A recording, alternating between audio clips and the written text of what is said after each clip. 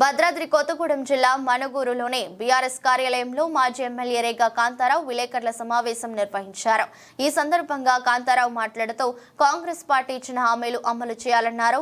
రుణమాఫీ విషయంలో షరతులు లేకుండా ఒకేసారి 2 లక్షలు మాఫీ, కళ్యాణ లక్ష్మితో పాటు తులం బంగారం ఎంతమందికి ఇచ్చారని ప్రశ్నించారు. నగదు బదిలీలు లేని హామీలు అమలు చేస్తూ గొప్పలు చెప్పుకుంటున్నారని విమర్శించారు.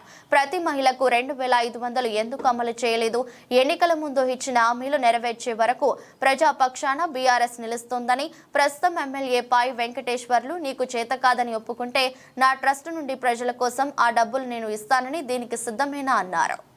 రికవరీకి నోటీస్ పంపితే ఎంత సిగ్గుపడాలి మనం అసలు ప్రభుత్వంలో. అసలు నోటీస్ ఇవ్వాల్సింది నీకు, రేవంత్ రెడ్డికి నోటీస్ ఇవ్వాలి. నువ్వు మహిళలకి 1.5 లక్ష రూపాయలతో పాటు ఆనాడు ఉన్నటువంటి మా ప్రభుత్వం ఇచ్చినటువంటి 1 లక్ష రూపాయల కళ్యాణ లక్ష్మి, తులం బంగారం ఇస్తున్నాను. ఇవాళ జరిగినటువంటి పెళ్లిలకి, ఈ రోజు వరకు జరిగినటువంటి ప్రతి పెళ్లికి ఎన్ని పెళ్లిలు జరిగినో అన్ని తులాల బంగారం ఇవ్వాలి అని చెప్పేసి నీకు రికవరీ నోటీస్ పంపించాలి.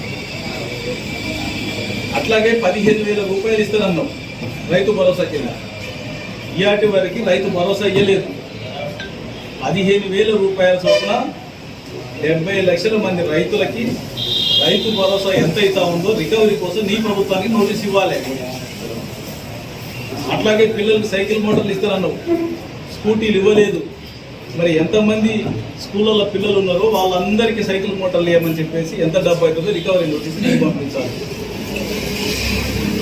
ఏం వదిలిపెట్టి ఈ ముసలోళ్ళ దగ్గర రికవరీ నోటీస్ అంటే సిగ్గుపడాలి ప్రభుత్వం. అసలు నిజంగా 1 లక్ష రూపాయల కోసం ఏదో మేము సాధించడం చెప్పేసి చెప్పుకోవడం అంటే ఎంత సిగ్గుమాలిన పని అంటే నిజంగా మేధావులందరూ సిగ్గుపడతా ఉన్నారు చాలా మంది. ఎక్కడి ప్రభుత్వం ఇదేం కదా అని చెప్పేసి.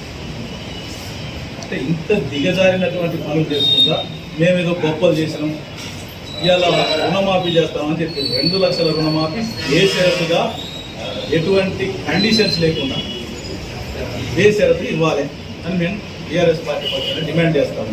100 1.25 లక్ష కారణాలు చూపెడతా ఉన్నారు. అన్ని